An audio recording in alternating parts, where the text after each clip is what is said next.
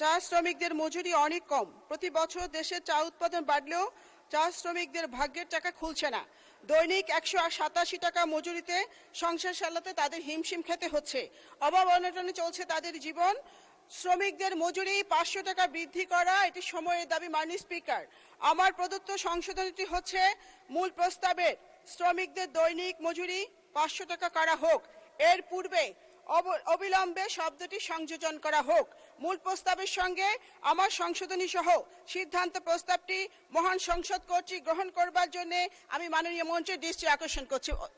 মাননীয় স্পিকার, আপনাকে ধন্যবাদ। নীলুফার চৌধুরী মনি, মহিলা আসন 10। মাননীয় স্পিকার, আপনাকে ধন্যবাদ।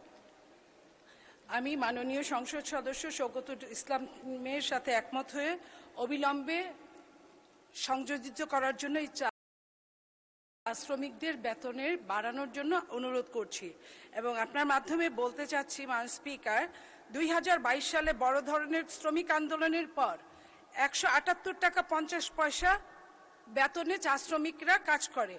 এই অন্যান্য দেশের তুলনায় এটা খুবই কম, কারণ শ্রীলঙ্কায় যখন এই মুহূর্তে 550 টাকা, কেনিয়ায় 483 টাকা, ভারতে 256 টাকা দৈনিক 8 ঘন্টা পরিশ্রমিক দেওয়া হয়।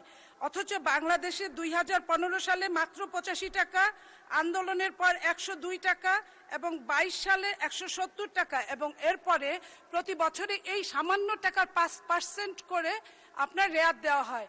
এটা এত বেশি অমানবিক, যেটা আসলে মানবেতর জীবনযাপন করে যে চা শ্রমিকরা, তাদের পক্ষে আমি মনে করি। মাননীয় সদস্যবৃন্দ, সংসদের বৈঠক আসরের নামাজের জন্য 30 মিনিট